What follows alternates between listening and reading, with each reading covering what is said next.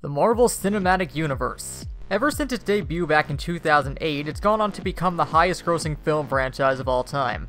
Regardless of your feelings towards it, you can't deny the impact that it's had both on comic book films and on the film industry as a whole. And today we're going to take a look at the top 5 entries that best represent it.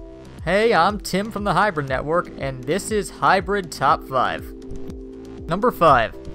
SpiderMan Homecoming.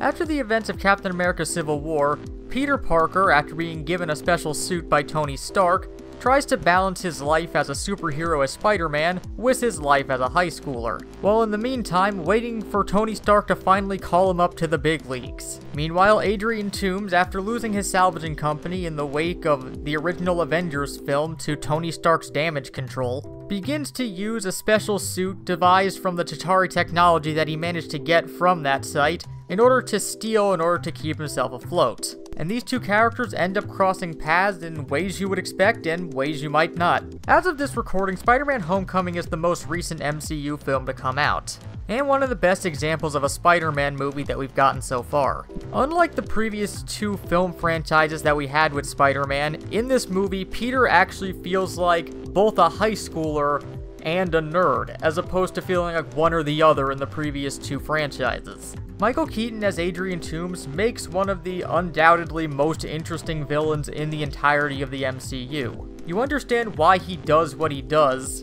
but while he is sympathetic in that regard, he clearly isn't a nice guy, which is where the conflict comes in between the two. While some of the supporting cast in this movie can end up falling flat, there are good examples of this as well.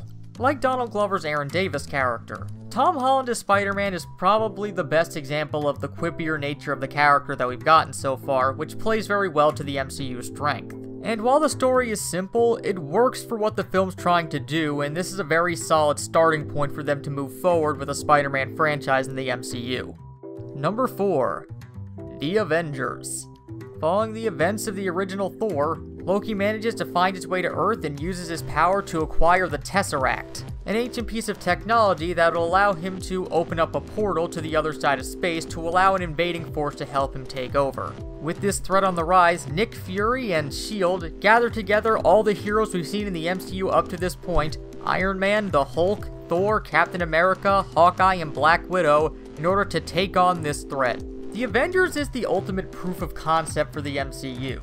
If this film hadn't been a success, not only would the MCU not have continued forward as we know it now, but we wouldn't have every other studio attempting to ape off of its success. While The Avengers isn't a perfect movie, it is exactly what it needed to be. It's a fun movie that works for what it is, and it has all these characters who we've met in all these previous films getting to work off of each other as characters. The Avengers is, at this point, still the highest grossing MCU film, and is probably the biggest reason for its ongoing success. But while it is the film that kept everyone invested in the MCU, it's not the film that got everyone interested in it to begin with. Because that would be... Number 3. Iron Man. After a demonstration of his latest weapon to the US military in Afghanistan, billionaire playboy industrialist Tony Stark ends up having his life changed forever when a bomb of his own creation ends up going off in his face and causing his heart to have shrapnel constantly moving towards it. After being kidnapped by the terrorist cell the 10 Rings, Tony Stark will have to use all of his wit and ingenuity to not only escape, but to improve himself now and for the future. The first film in the MCU, and to date still one of its best. Robert Downey Jr. absolutely sells himself as Tony Stark, and from that point forward, I don't think anyone can look at the character without immediately associating him with it. This movie really lets you see the journey of a superhero, starting from his lowest point, and then building himself up to being the hero that he is by the end. This movie also has a really solid supporting cast, with Terrence Howard and Jeff Bridges being standouts among it, and the introduction of everyone's favorite S.H.I.E.L.D. agent, Phil Coulson, as minor as his role may be in this film. Overall, 2008 was just a really good year for superhero films, and Iron Man is one of the reasons for it. Number 2. Guardians of the Galaxy Volume 2. Set only a few months after the original film, after a job goes sideways, involving a new character, Aisha, Peter Quill is contacted by his long-lost father and asked to meet up with him. Meanwhile, Yondu and the Ravagers are hired by Aisha to track down the Guardians. But there's unrest in their ranks as the other Ravagers feel that Yondu is too easy on Quill. And everything here comes to a head in the same fun style of the original Guardians. It may seem like an odd choice to put this one on the list as opposed to the original film, especially since there's so much similar between the two. But something that it has over the original is the development for Nebula and Yondu as characters, which make them more interesting than they were in the original. And Yondu started off as interesting. But even with that, Kurt Russell as Ego is a great addition to the cast, being a very charismatic presence that you enjoy seeing Peter Quill work off of. And Peter's complex history with his desire to have a father, as well as Nebula's history with her own father, really help bring out more in those characters. Add in a similar sense of fun from the original film and a similarly awesome soundtrack, and it overall just feels like an improvement on the original film. But with all that said, it's still not the most improvement that we've seen from an MCU sequel, because that would be number 1, Captain America: The Winter Soldier.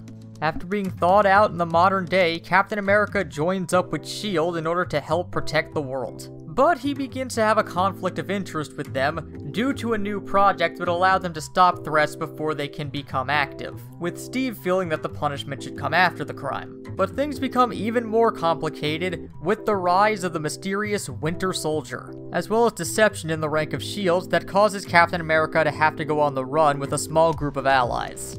This is one of those movies where just everything works, and is one of the best examples of not only a superhero sequel, but a superhero movie in general. While Steve never really develops as a character throughout the course of either the previous film or this film, he doesn't really have to because he started off the way that he needs to be in order to make a character like Captain America work. He loves his country and he wants to keep it safe, but he doesn't want anyone to have to live in fear because of that. And this can kind of be a hard thing to pull off for a character, but Chris Evans really makes it work for Steve. Add into that a great supporting cast with Samuel L. Jackson as Nick Fury, Anthony Mackie as the newly introduced Sam Wilson, and Scarlett Johansson in what's probably, to date, her best run with the Black Widow character. While the twists and turns in this film aren't anything to write home about, they really don't take anything away from the film itself. It remains action-packed and engaging from beginning to end, and Steve is just one of those characters who you just have fun following. Captain America: The Winter Soldier isn't just the #1 MCU film, it's a shining example of what comic book films should be.